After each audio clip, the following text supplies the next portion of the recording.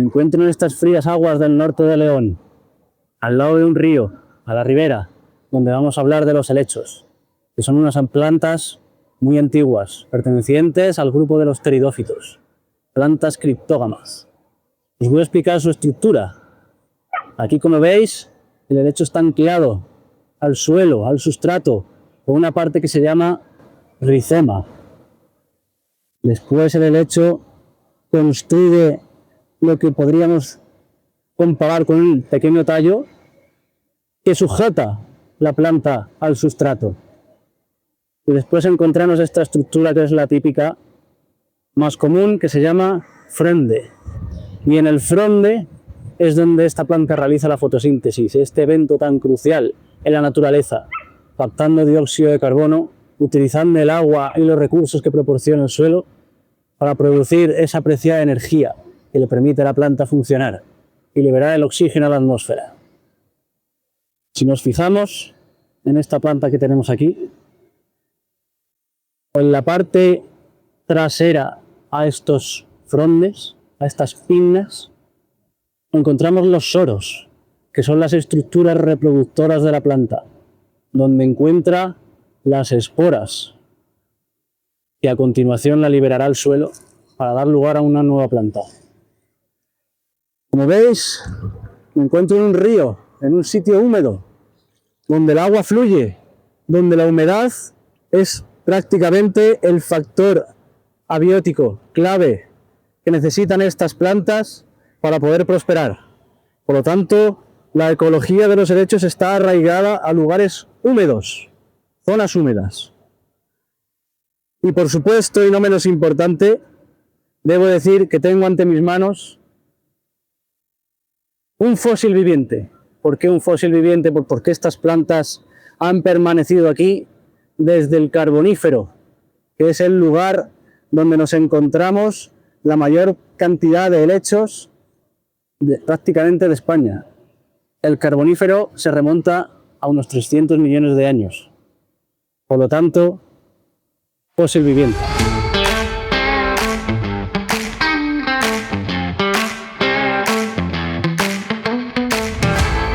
Me encuentro en este momento aquí metido dentro de esta maraña de helechos y bueno, estoy observando un poco el ambiente actual, pero quería sobre todo meterme aquí para explicaros principalmente las condiciones en las que se desarrollaron los helechos en el pasado, en el Carbonífero. El Carbonífero es uno de los periodos que se encuentran ubicados dentro de la era paleozoica o era primaria. Abarca aproximadamente unos 60 millones de años. Y tenéis que saber que estos 60 millones de años están comprendidos entre otros dos periodos, el Devónico y el Pérmico. Una de las peculiaridades que tiene el Carbonífero es las condiciones ambientales, donde había mayor cantidad de oxígeno, unos 30%, un 35% más o menos, en comparación con el porcentaje actual, que el porcentaje actual ha quedado reducido a un 21%. ¿Y por qué es importante el oxígeno? Porque generaba especies vegetales de un tamaño muy, muy alto, como las secuoyas actuales, de 30 metros, 40 metros, troncos súper amplios, unos troncos enormes. Yo este tronco de aquí lo puedo incluso abrazar, ¿no? O coger. Esos troncos eran inabarcables, yo no podría ni conseguir abarcarlos. Ese procedimiento en el que la especie alcanza unos tamaños enormes, súper amplios, se llama gigantismo y lo encontramos dentro del Carbonífero. También aquí hay un bichito, ¿no? Mosquitos, moscas que se están intentando ya aprovechar de mí. Pues ahí tenemos que pensar libélulas gigantes, mosquitos gigantes, 100 pies gigantes, ¿vale? Eso lo encontrábamos todo por aquí. Artrópodos, insectos, organismos dentro de este grupo enormes. Y todo con una masa vegetales que eso seríamos prácticamente minúsculos, ¿vale? Así que vamos a ir al siguiente punto y vamos a continuar con esta aventura. Bueno, ya estoy por aquí. Acompáñame a la hora de abrir la mochila. Ven por aquí. Mira lo que traigo. Acabo de recoger estas muestras que se tratan de helechos, como ya hemos visto anteriormente. ¿Vale? ¿Y para qué traigo estos helechos de aquí? Pues voy a explicar el proceso de fosilización, en qué consiste formar un fósil. Como ya sabemos, los helechos llegan hasta nuestros días, son fósiles vivientes. ¿Cómo se formaron las grandes reservas de helechos fósiles que tenemos aquí en la cuenca del Carbonífero de León? Pues muy bien, lo primero que necesitamos es que el fósil se mantenga en unas condiciones idóneas, es decir, no se puede partir, ¿vale? Si se parte y alguna de las zonas quedan dañadas, el fósil va a fosilizar dañado. Entonces este se perdería, no serviría. Esta información no habría conseguido resistir las condiciones del medio. Imagínate, se moja aquí, ahora llegan bacterias, lo descompone, algún animal se lo come, entonces esto no se va a conservar. Y si no se conserva, se pierde, no fosiliza. ¿Qué necesitamos? Condiciones perfectas, que esté entero. Entonces lo primero que hace es caer por el principio de superposición de estratos. Se deposita en un suelo, queda perfectamente dispuesto en capas, ¿vale? Capas que son horizontales, una tras otra, que se van disponiendo de esta manera. Después, otra cosa que necesitamos, sedimentos. Los sedimentos te los puedes encontrar en un río, como en el que estamos ahora. Simplemente hay que introducirse un poco, ¿vale? Metemos la mano por aquí y mira, justo en el fondo, sedimentos. Sedimentos que son fragmentos de rocas que han sido erosionadas y que han venido corriente abajo, ¿vale? Entonces, vamos echando sedimentos. Esto ocurre durante muchísimo tiempo. Otro de los factores influyentes es el tiempo. Esto en un día no se consigue, hace falta un día, otro, miles de años, millones de años, ¿vale? Seguimos buscando, llega otro paquete de sedimentos y sigue disponiéndose sobre el material. Normalmente es un enterramiento rápido, ¿vale? Esto suele ocurrir, como decimos, en muchísimos años, pero en tiempo geológico sería rápido. Un enterramiento rápido, en perfectas condiciones, queda estanco, no se descompone por bacterias ni nada. Seguimos echando más, ¿vale? Más sedimentos. Y no solamente se deposita un fósil, un organismo, sino que se depositarían muchísimos otros. Muchos. Los bosques carboníferos eran grandes extensiones de terreno. Cae un árbol, otro que va, ¿vale? Y seguimos depositando. Seguimos buscando, encontramos más sedimentos y seguimos tapando. Una vez que se tapa todo, se depositan más capas, año tras año, millones de años, y se consigue formar un estrato, donde este material queda compactado, lo que antes era un sedimento pasa a formar parte de la roca. Principalmente en la cuenca carbonífera lo que nos encontramos son lutitas que vienen de lodo, ¿vale? De materiales provenientes de un medio pantanoso, somero, con poca profundidad y con mucho lodo. Parecido al que vemos aquí, porque esto sobre todo es restos de pizarra que han sido erosionados. Y así, por compactación, si esto lo desenterramos después, millones de años después, como hacemos hoy día, encontraríamos el fósil en perfectas condiciones, gracias a la presencia de minerales fosilizantes también, como pueden ser calcita, aragonito, entre otros. Y ahí tenemos de forma sencilla cómo se formaría un fósil. Bueno, pues justo vamos a abandonar el río, la zona húmeda en la que habitan los helechos, y vamos a irnos justo a otra parte bastante interesante. Acompáñame por aquí y os voy contando mientras tanto. Como hemos dicho, los helechos se forman justo en unos materiales lodosos, llenos de sedimentos, y tras pasar millones de años, mediante un proceso de metamorfismo, terminan convirtiéndose en lutitas. Y finalmente, por mayor presión y temperatura, esas lutitas se terminarían transformando en lo que se conoce como pizarra, una roca muy típica. Esta roca de aquí, fijaros, se suele utilizar también para construir tejados, muros, ¿vale? Ha sido muy utilizada también para construcción en esta zona. Si habéis venido a la parte de León, seguramente habéis visto este tipo de colores en las casas, ¿no? Colores así bastante oscuros en tejados, muros, paredes. Es muy útil en construcción. Y lo bueno de ella es que en su interior pues almacena fósiles, ¿vale? Recordamos que los fósiles terminan sedimentando y acumulándose en capas, ¿vale? Fijaros las capas. Estas son las capas de las que hablábamos. Si algo se acumula aquí, es mucho más antiguo de algo que se acumula en la parte más arriba, ¿vale? Si encontramos algo más arriba, quiere decir que esto es más reciente. Cuanto más abrimos y vamos destapando la roca, las capas más profundas son más antiguas, siguiendo el principio de superposición de estratos. Y ahora voy a mostraros alguna. Vente por aquí, acércate. Fíjate, esta pizarra de aquí contiene un helecho, pero ya no es un helecho actual, sino un helecho fósil. Fijaros, ahí están los frondes y se puede apreciar perfectamente. Si buscamos por alguna otra, aquí vamos a encontrar más restos vegetales. De hecho, vamos a intentar abrir algunas con el pico y fijaros, unos cuantos de golpes y la roca parte.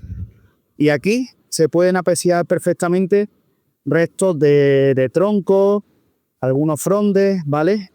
Y también hay que tener un poco de suerte, que en esa zona, pues, la historia de la Tierra nos regale algún tipo de material. Vengo por estos montes del Bierzo de León y acabo de entender que la naturaleza me aporta una historia escrita, como si fuese un libro. Y os lo pienso mostrar ahora mismo con un ejemplo clarísimo, utilizando estos fósiles de esta cuenca carbonífera para que lo entendáis. Aquí tengo este cuaderno que a priori está en blanco, pero como veis tiene páginas. Pensad la historia de la Tierra como un conjunto de todas estas páginas que se solapan, se van superponiendo unas con otras. Aproximadamente entre 0,1 y 5 milímetros al año se acumula esa cantidad de sedimento, entre 0,1 y 5 milímetros al año. Entonces imaginaos lo que se debe acumular en grosores enormes, en grosores que abarcan una montaña, miles, millones de años. Acércate aquí, porque te quiero mostrar en este grosor de sedimento de qué pueden ser 1 millón de años, la historia de la vida nos ofrece, como si fuese un libro, información precisa de los fósiles, en este caso de estos helechos carboníferos. Como veis, hay una parte positiva del helecho, se corresponde con el molde, y una parte negativa. Los geólogos suelen utilizar las dos partes para abarcar la mayor información y la mayor cantidad de conocimiento. Y aquí tenéis otro ejemplo de cómo la vida se abre ante nosotros. Bueno, estamos aquí en el aula paleobotánica de Favero y hemos quedado ahora justo con Joaquín, un habitante de Favero que se encarga pues de la gestión del aula y de recoger fósiles, traerlos aquí para su conservación y para que perduren a las generaciones futuras. Buenas, Joaquín. Buenos días. ¿Cómo estás? Bien, bien, aquí estamos. Encantado de conocerte, Joaquín. La cámara. Cámara, hay que saludar a la cámara también. Hay que saludarlo, claro que sí. Bueno, bienvenidos al aula paleobotánica. Esto es un pequeño museo donde hemos empezado a recopilar fósiles que hayamos encontrado en lo que es la Gran Corta, que es básicamente todo el 80% de los fósiles están ahí, han salido de allí. Y ahora si me acompañáis, pasamos al aula. Bueno, esto es el santuario donde tenemos los fósiles colocados, ¿no? Yo tengo por costumbre empezar aquí. ¿Por qué? Por aquí nos sitúa, más o menos donde estamos y lo que vamos a ver aquí, ¿no? En esta aula, ¿no? Esto es el mapa de la zona del municipio de Favero, ¿no? La Gran Corta es todo esto que veis aquí, ¿eh? Es una de las explotaciones de aquel momento de las más grandes de Europa, ocupa aproximadamente unas 800, 900 hectáreas y ahora está en proceso de restauración desde el año 2021, desde el año 2022. Empezaron a restaurar y acabarán ahora en el 26. Y aquí desde el 2018 se dejó de explotar el carbón. Y ahí es donde empieza la aventura del aula paleobotánica. Aquí empezamos a recuperar, llegamos a ese territorio, en un territorio inhóspito que para mí era algo desconocido. Y cuando me encontré allí, aquella inmensidad lleno de taludes, balsas, balsas de agua, aquello pues a mí me dejó impresionado, ¿no? Pero lo que realmente escondía esas 800 hectáreas, después de que el carbón se haya dejado de explotar, era algo tan valioso y tan importante que nos iba a explicar, y nos iba a contar la historia y la vida de un mundo que se perdió hace 300 millones de años, que es el carbonífero, los fósiles que había ahí, que fueron los que después recuperamos, y aquí así fue como nació la aula de botánica. Bueno, estamos en este periodo, es el periodo carbonífero, concretamente en el pensilvaniense. Estamos hablando de aquí, bueno, aquí le llamamos el estefaniense, bueno, que viene a ser, esto es la división, esto es lo que llamamos la tabla geológica, ¿no? Entonces ese estefaniense BC, o sea, por decirlo de una manera sencilla y rápida, el carbonífero superior, ya casi al final es del carbonífero, a un paso del pérmico. Aquí a la entrada, esto que veis aquí, esto es un tronco de un calamites, efectivamente. Este tipo de árboles vivían a la orilla de las zonas pantanosas, de los lagos, de los ríos en aquel momento. Era básicamente incluso dentro del agua, ¿no? Esto es lo que llamamos, esto es el relleno del tronco, esto es lo que es... Todavía está sumergido una parte del agua, ¿no? Posiblemente, sí. Incluso un poquito más atrás, pero sí, podría llegar a vivir hasta dentro del agua, ¿no? Esto se produce, esto que queda aquí es el relleno. Una vez que la materia vegetal desaparece, rellenada, pues esto es lo que queda, que es por decirlo, la huella de ese fósil, ¿no? Bueno, esto vemos aquí en este pupitre, porque si no os dais cuenta, esto es el pupitre. Es un pupitre que se utilizaba está reciclado, estaba para dibujar. Ahí hemos colocado esta serie de especies, de fósiles, que son lo que ya os comentaba, que son los Pecopteris. Aquí tienes una variedad, alguno de ellos, ¿no? Estos es Dixonites. El Dixonite, que también tuvimos el otro día. Dixonites plongeneki. Tenemos el Polymorphteris polymorpha, que es esto, es esta pieza que ves aquí. Aquí tendrías un Polymorphteris villavinensis, porque apareció en la zona de Villavino por primera vez, y allí fue clasificado. Tenemos las Septembergias, ¿sabes? Pecopteris daubroi. O sea, hay una serie, esto es lo que, una serie bastante. Aquí hay, no sé, especies, no sé cuántas podrá haber, 20, 30, pero bueno, puede llegar hasta haber rizos 12.000, según. Sí, que tengo entendido. Dentro del mismo grupo, ¿no? Sí, o dentro de lo que es los Pecopteris, ¿no? Aquí en esta mesa hay un poquito de todo, ¿no? Aquí vemos un Lepidostrobus, es decir, es ahí donde estarían las esporas de las licofitas, es el órgano reproductor, de ahí saldrían, se expanderían y caerían en una zona propia y aparecería pues una sigilaria, un hipilodendro, etcétera, ¿no? Estaría de ahí todas metiditas. Esto que veis aquí son asterofillites. Estos son hojas del calamites, ¿vale? Y aquí arriba vemos la huella, la cicatriz rameal, que se llama Caeopteris. Aquí, de ahí saldría una rama, esa rama se ha quedado sesgada, se ha quedado ya sepultado, y esto sería su huella. Una cosa curiosa es el Cyclopteris, esto que veis aquí, que parece una hoja grande de lechuga, de alguna manera, ¿no? Para hacernos una idea. Esto se supone que podría ser una pequeña reserva de agua, de las pteriospermas. La verdad que llama la atención el tamaño que tan... Ese tan amplio, pero también los hay pequeñitos. Mira, por ejemplo, aquí tienes un Cyclopteris fimbriata. Se llama fimbriata porque es diferente. Sí tienes orillas, que hay peritas, sí, parece una escarola. ¿Lo veis aquí? Cyclopteris fimbriata. Es un poquito más pequeño que este otro, ¿no?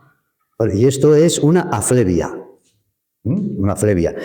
Que parece no sé si a lo mejor posiblemente tuviera también la misma función, entre comillas, que el Cyclopteris, porque también aparecía en la zona basal, en la zona de las finas de las ramas de los Pecopteris y de todos esos árboles de que hemos estado hablando. En esta vitrina, básicamente lo que vamos a ver son calamites. Bueno, calamites, más bien las partes de esos calamites, que son las hojas de esos calamites.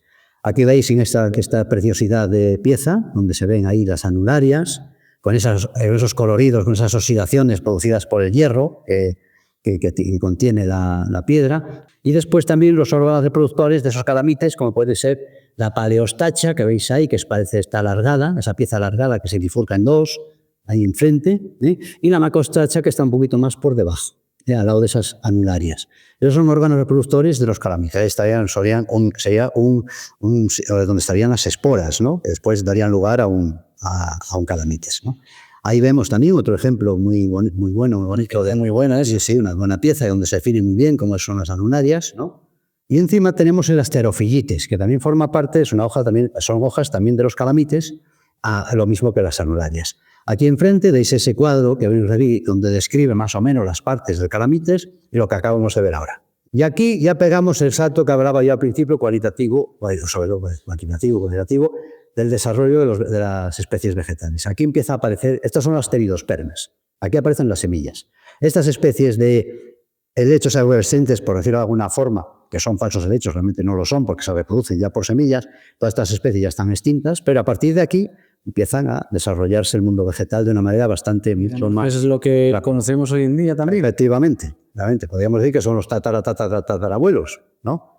Entonces aquí vemos ejemplos muy significativos, sobre todo que más aparece en esta zona, en este carbonífero, que son los Neuropteris. Aquí tenemos un ejemplo precioso, un fronde bastante exuberante, ¿no? Que donde se ven es un Neuropteris ovata, donde se ven las pínulas, las pinas, etcétera, ¿no? Aquí tenemos un Callisterium ceyeri, huella y contrahuella. Aquí pasa exactamente lo mismo, otro Callisterium ceyeri. Y también vemos otra vez asociado a estas pteridospermas y concretamente al Callisterium ese pedazo de Cyclopteris que habíamos comentado anteriormente, ¿no? Bien. Esto es un fronde de Callisterium bastante grandote, pues ya suelen tener frondes bastante grandes, ¿no? Y aquí vemos otra cosa que es un Odontonteris. Este es más raro de encontrar, también muy oxidado por la relación del hierro, diferentes tonos. Por lo que veo, las hojas del Neuropteris son como vasomaladas. Sí, ovata, claro, tiene forma ovalada, efectivamente. Y pues tenemos las de Callisterium que son un poquito más en forma curva, ¿no? Como si fuera una hoja de un puñal, una hoja de esas curvas, ¿no? Y esto es la huella y contraria también de una Leptopteris, que también se aparece bastante igual. Y para mí esto es la joya de la corona, la joya de este aula. Bueno, también hay muchas más, sobre todo por su rareza, ¿no? Que son las ignicas. Las Pediplacites, pues es una rareza, ¿no? No, las Pediplacites aparece bastante, ¿no? Aquí, pero encontrar un fronde de este tamaño, un par de frondes, no es fácil. Es una cosa muy rara. Y aquí ya hacemos un paréntesis en lo que es el mundo vegetal y ya nos acercamos a lo que es la fauna de aquel momento, ¿no? Esto es lo que llamaríamos una artopleura. Una ortopleura es un artrópodo, un miriápodo, como un milpiés, que de hoy en día enorme, podía alcanzar los 250 metros de largo. No se sabe muy bien exactamente. 250 de largo. No se sabe exactamente muy bien qué es lo que come o qué comía. Suponemos que un poco de todo, podía ser incluso comer materia vegetal en descomposición. Omnívoro, ¿no? Sí, de todo, porque no se sabe por la sencilla razón de que no ha aparecido nunca la cabeza. Y esto, pues, esas bandas que están aquí representadas, fosilizadas, las veis que tienen sus puntitos, ahí, ¿no veis? Por ejemplo esa, o por ejemplo aquí también la podéis ver, ¿no? Esas banditas. Todos esos son los terguitos. Es una especie de armadura que el artopleura llevaba como para defenderse con esas púas, ¿no? Para defenderse posiblemente. Y después también está lo que eso sería la zona dorsal, ¿no? Por la parte superior. Y pues de la zona ventral estaría esto que vemos ahí, que se vea una pequeña muestra, veis ese pequeño riñón justo por abajo. Claro, eso sería el empalme, que llamamos la placa, el empalme donde se sujetaban esas patas, las patas del artopleura. Aquí en esta otra urna, a la parte derecha, acá están las huellas, eso sí, efectivamente, estas son las huellas del anfibio que os comentaba ahí fuera, ¿no? Esto es súper raro, ¿verdad? Sí, esto es claro, es muy complicado. Nosotros hemos conseguido varias huellas, algunas más sueltas, otras menos, pero esta es una de las más representativas, donde mejor se ve, ¿no? Es un tetrápodo, un temnospondilo, un limnopus, por decirlo de alguna manera, que es un anfibio que en aquel momento podría ser de un tamaño aproximado, pues no sé, pues como un perro, para que os hagáis una idea, más o menos, ¿no? Evidentemente llegará a pesar unos 100 kilos, más o menos. Aquí veis, por ejemplo, más cómo sería y cómo la parte, las patas delante, las manos delante llevaría 4 dedos. Aquí ya hay doble solo adelante y nada atrás. Mira, 1, 2, 3, y estas serían las de atrás. Sería así. Y llevaría 5, mira, 1, 2, 3, 4 y 5. Estas traseras era esta también. También, y esta es delantera. Sí, porque el anfibio pasea así.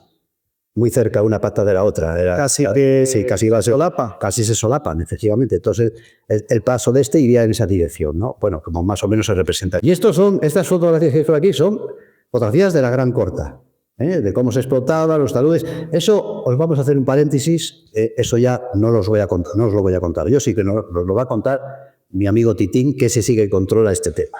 Porque él trabajó muchos años en esto, en el tema de la Gran Corta, en el Colegio Cielo Abierto. Buenos días. La explotación básicamente, esto es un frente, como os estoy explicando, se trabajaba en bancales. Los bancales, pues como los veis aquí, son los extractos. En cada extracto lo que se hace es montar perforación, se barrena, se dispara y se va a la capa. Se aproxima a la capa y se saca el carbón. Estos son los suelos. Y aquí es donde estaba depositado el carbón. Aquí estáis viendo los extractos de los pisos de los niveles de carbón. Y se va desde un frente a otro. Es decir, se va desde esta zona aquí, desde esta zona aquí, y se hacen plataformas para sacar todo el escombro y se va a depositar a las escombreras. Y esto actualmente me parece que desde el 2018 sí lo dejan en explotación, sí. Y actualmente hay un proyecto de restauración. Sí. Sí, el proyecto de restauración lo que trata es de volver a darle una dignidad a este entorno porque ha quedado degradado de una manera, bueno, relativa. Ahí está, ¿no?, el dilema entre por restauración o sepultar toda esta historia. A ver, nosotros teníamos tierra, ¿no? Claro, queríamos intentar que esto se llevase a cabo de una manera más respetuosa con lo que allí se podía desarrollar, que era un estudio exhaustivo de todo lo que ocurrió en aquella época, hace 300 millones de años, y poder de una manera no taparlo y olvidarlo, porque habría la posibilidad de que personas que estudian geología, biología, desarrollarse ahí. Tampoco teníamos un problema en dejar pues algún talud para que se viese cómo se configuraban los extractos de aquí y las capas, y podía ser un buen ejemplo de llegar ahí y hacer como una especie de museo al aire libre, con algunas piezas y algunos elementos, y con personas que pudiesen el día de mañana, pues aquí en Fabero, pues hacer de guías y dar una explicación más exhaustiva y más detallada de cómo se trabajaba, de qué ocurrió aquí hace 300 millones, qué plantas vivieron, qué especies sobrevivieron aquí, que es el inicio de la vida en la Tierra.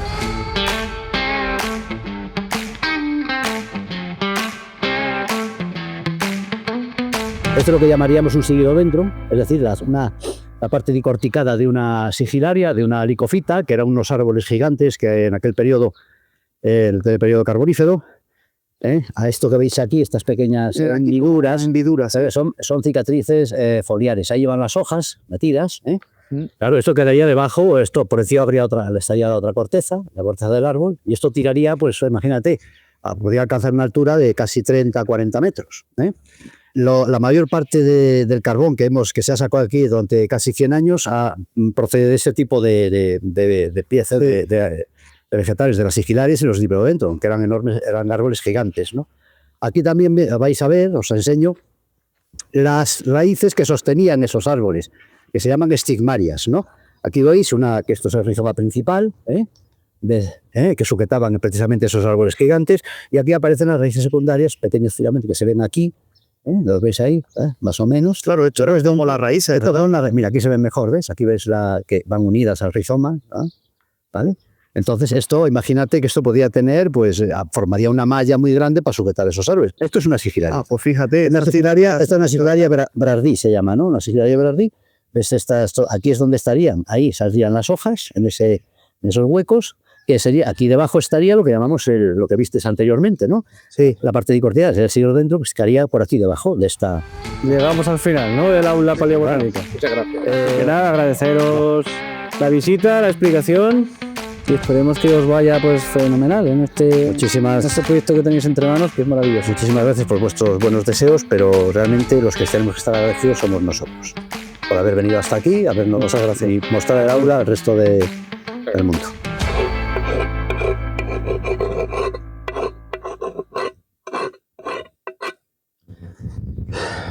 Cuando gran parte del alumnado me pregunta ¿y para qué sirve la geología?,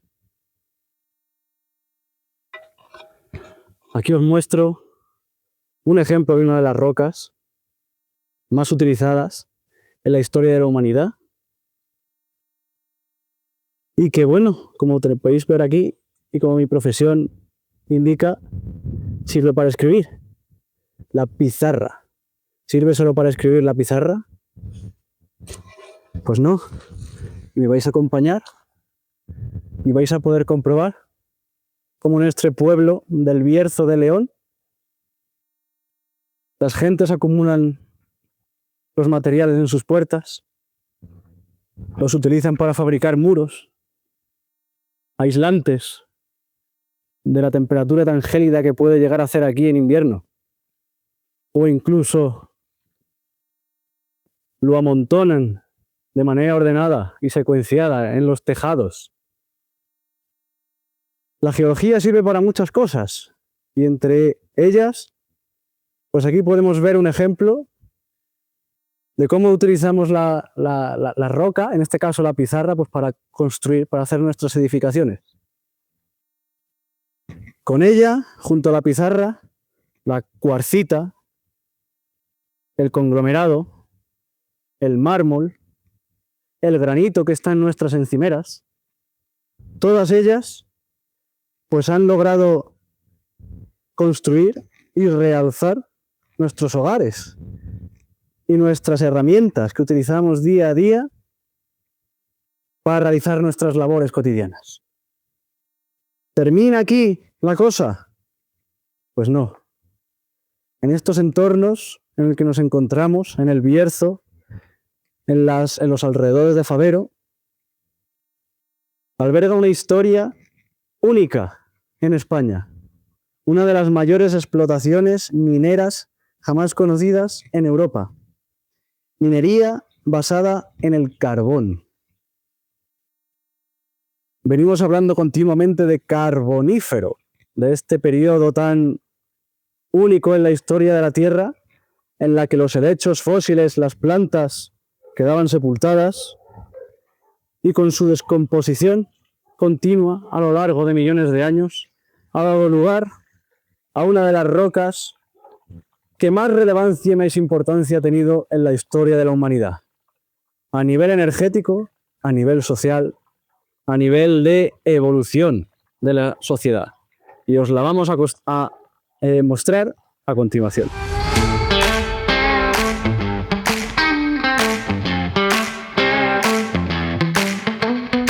Ahora tenemos a nuestro compañero Red del Talar, Andrés, ex minero, Ahora que nos va a contar un poco de alguna historia.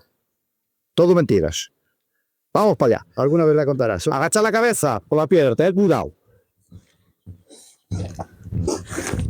Vamos para allá. vamos cagalones. Andrés, de verdad. Hago Dios, qué miroso es. La madre que me parió. Ven para acá. Mira, vamos a ver. Mira esto. A ver. Esto es una galería, era un travesado, que estaba todo lleno de, con la vía, todo por aquí. Vi dos cuadros de madera. Es un travesadito, por cuadro de madera, que normalmente eso es bastante duro y no se hunde. Y aquí se los tajos del carbón. Mira, esto es de la capa del carbón. Está posteado ahí. Está ahí. Eso es una capa de carbón, todo esto.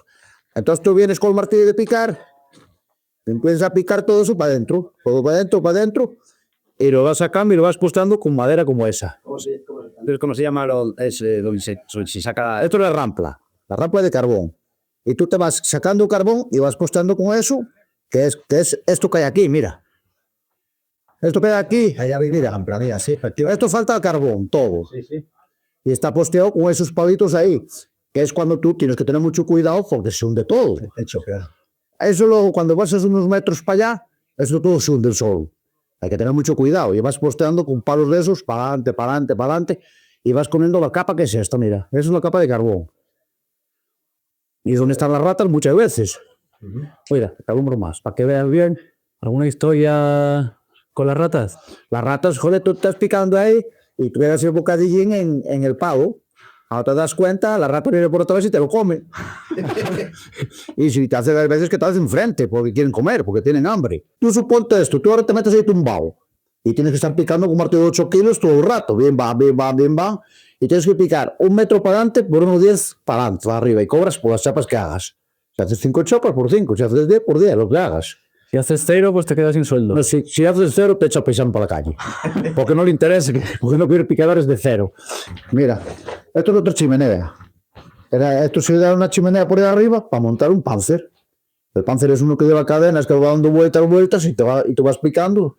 Y con la pierna la vas dando al Panzer y cae todo para aquí y carga el bajón. Esto está muy estúpido ya. Esto está más hondo, ¿eh?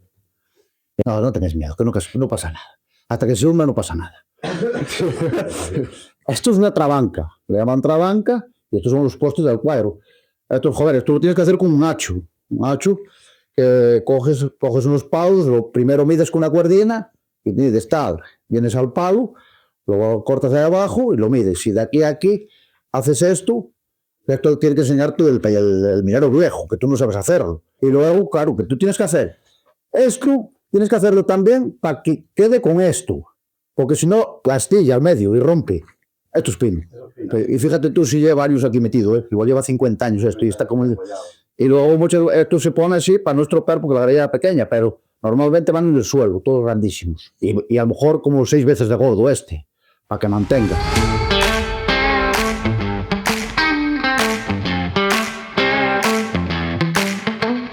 Nos encontramos por fin en la gran corta de Favero. Es impresionante, los muros, las paredes.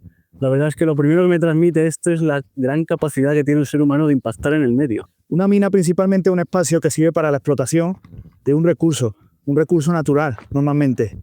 En este caso se ha explotado la antracita, que es un tipo de carbón que aporta muchísima energía. En las minas, el material de interés, el que nos interesa, se llama mena. En este caso es el carbón. Y el resto, la arenisca, la pizarra, que aunque contenga fósiles, los mineros la desechaban. Eso se llama la ganga. La ganga. Justo acabo de encontrar la mena. Ahí estaría. Queda muy poca, pero a veces sí que aparece algo. Arenisca. Todavía. También vemos por aquí. Este sería parte de la ganga. Te voy a buscar alguna pizarra. Mira, por aquí mismo también puedes encontrar una pizarra. Y la pizarra, efectivamente, parte de la ganga. Y como podéis ver, tiene un fósil. Pero se desecha en este caso. Estoy aquí dentro de una de las lagunas dentro de la Gran Corta. Hay zonas, de hecho hay varias de estas lagunas que podemos encontrar en esta mina a cielo abierto. ¿Por qué? Estaban aquí ya, ha llegado el agua después. Os explico. Normalmente el suelo estaría allí arriba, grábalo, estaría por allí arriba. ¿Qué ha pasado? Que los mineros han hecho una explotación tan intensa que han llegado al nivel freático. El nivel freático es donde está el agua, la capa en la que se almacena el agua en el suelo. Por eso, al quitar todo lo que hay de arriba, ahora ha quedado expuesta el agua a la superficie. Me voy a acercar a esa roca. Vale, ¿qué más tenemos por aquí? Permitidme subir un poco y os cuento. Aquí, sobre el agua, hay varias capas. Las capas se llaman estratos. Como podéis comprobar, los más profundos son los más antiguos. Los de más arriba, los más modernos. Los más recientes. Modernos, cuando digo modernos, sería de hace 300 millones de años. Carboníferos todos. Toda la serie o columna estratigráfica que tenemos aquí es del carbonífero. ¿Qué encontramos? Niveles de arenisca, pizarra, antracitas que se alternan unas con otras. Es decir, te encuentras arenisca, pizarra, antracita, arenisca, pizarra, antracita. Y aquí, todo junto, forma la historia geológica de la región de la cuenca carbonífera de Favero. Me estoy medio ahogando, ¿vale? Pero bueno, espero que haya quedado claro. Voy a seguir atravesando esta increíble laguna.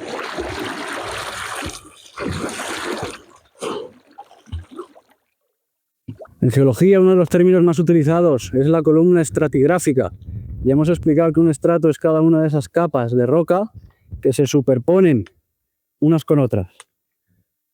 Aquí tenéis un ejemplo de una columna estratigráfica clara de esta región de la cuenca del Carbonífero. Pero yo os lo voy a tratar de explicar de una manera mucho más asequible. Acompáñame. Y para ello voy a coger distintas rocas.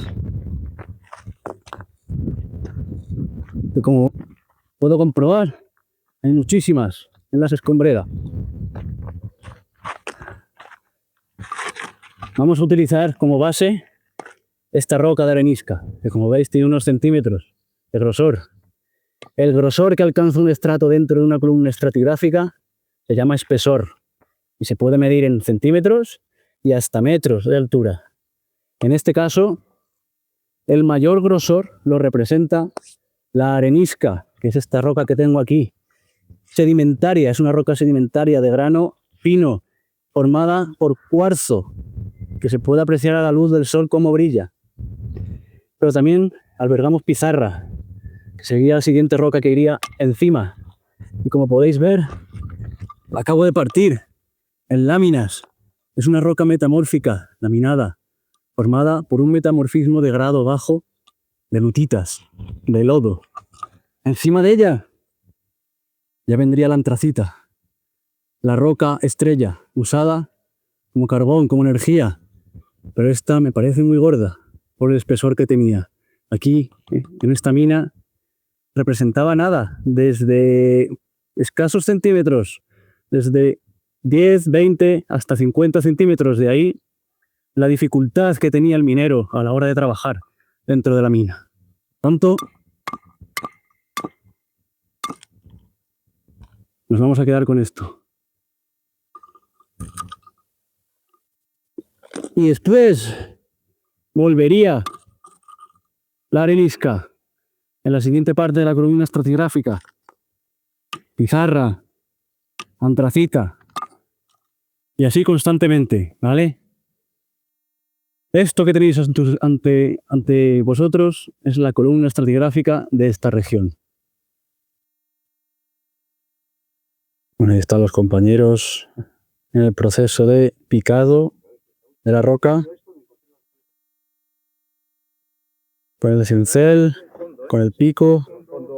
Vamos a ver algunas de las cosas que hemos encontrado, ¿vale? Una de las más grandes es este calamite que acaba de aparecer. Y aprovecho esta pieza para comentar una cosa súper importante. Aquí a la Gran Corta hemos entrado gracias a Joaquín, a Titi, a personal de la propia explotación que no ha dejado acceder a las instalaciones. Entonces simplemente quería comentaros que no vengáis solo a estos sitios sin la autorización pertinente y mucho menos coger fósiles sin permiso y sin ningún tipo de acreditación, ya que es importante que estos elementos, estos fósiles del pasado, caigan en las manos adecuadas. Y si lo encontráis por el campo, simplemente fotografiarlo, observarlo y dejarlo donde está, sin moverlo. Nosotros, hoy, todo lo que encontremos quedará en manos de esta gente, del museo, del aula paleobotánica. Vamos a ver, porque creo que he encontrado ahí una cosa bastante tocha. Es una roca enorme que puede tener varias toneladas, partida justo por la mitad, y parece que aflora un cable amarillo que tiene que ser el de la dinamita o el explosivo. Es un regalo de la naturaleza. Así de claro. Sí, señor. Lo has dicho, lo has definido perfectamente. Mira, bueno, por aquí hay más. Está lleno, es un fronde espectacular. Aquí hay justo por la mitad, no sé si habrá sido de la explosión o justo al rodo. No, posiblemente el rodo de arriba y se va a caer aquí o atar contra el suelo, pues se partió en dos. Fracturó en dos. Pero lo que está claro es que aquí vemos cosas muy interesantes. Aquí lo que vemos también es no sé, esto es el cordón detonante del explosivo que se metía esto sería el agujero de la perforadora, de la broca de taladra. Y ahí se metía el explosivo, esto lo reventarían. Y al caer, como dices tú, pues está aquí, mira, en la parte de aquí de la derecha, en la otra parte, la otra mitad. Seguro por la parte de abajo hay un agujero por donde entraría la broca de la perforadora, ¿no? Pero aquí lo bonito, lo espectacular, es este fronde que vemos aquí.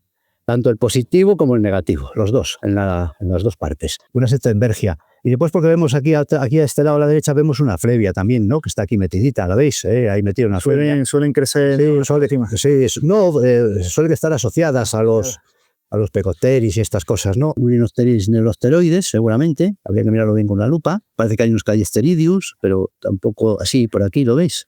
Sí. Y por arriba también hay neurosteria. Esto es que está lleno. Sí. Llegamos al final de nuestro viaje, de esta gran aventura. Estamos en la gran corta de Faveros, con dos partes que podéis ver claramente diferenciadas. La parte más antigua de la explotación minera, con esas paredes verticales, el lago, las escombreras llenas de fósiles, todos esos fósiles que realmente nos apasionan. Y por otra parte tenemos la zona más actual, donde se está intentando reforestar, introduciendo ese tipo de arena que se ve más amarillenta y buscando darle otro uso a esta zona. ¿Cuál es la opción más correcta? Pues encontramos las dos opiniones. Los que quieren mantener la corta tal y como está, para seguir manteniendo todos estos fósiles y estos recursos paleobotánicos, y por otra parte los que intentan darle un aprovechamiento distinto. En definitiva, la corta ha estado aquí desde hace 300 millones de años. Nos quedemos con una opción o con otra, siempre va a prevalecer. Y lo que tenemos que tener en cuenta es que realmente nosotros estamos de paso, como lo estuvieron esas grandes especies vegetales, esos grandes helechos de 20 metros, de 30 metros, esos anfibios que caminaron por aquí, han dejado parte de sus rastros recogidos en la roca, y me gustaría despedir este vídeo haciendo lo mismo, tirando la mochila aquí, dejando el pico en la tierra y probando a dejar nuestra huella también en este lugar que, como digo, trasciende tiempo. Ha recorrido la historia del planeta durante millones de años, y que intentemos cambiarlo con una mina, intentemos reforestarlo, va a seguir aquí y seguirá cambiando a lo largo del tiempo. Me voy a quitar los calcetines porque los anfibios no iban ni con calcetines ni con nada, y voy a dejar la huella porque quién sabe que en el futuro alguien encontrará esta huella cuando ya sea un fósil. Así que acompáñame por aquí una vez más, la última ya, y voy a intentar pisar fuerte porque esto está ya bastante duro también. Hace unos días que no llueve. Vente por aquí que parece que estamos hablando, y voy a dejarla fuertemente aquí, y ahí finalizamos el vídeo dejando parte de la historia de nosotros en este entorno.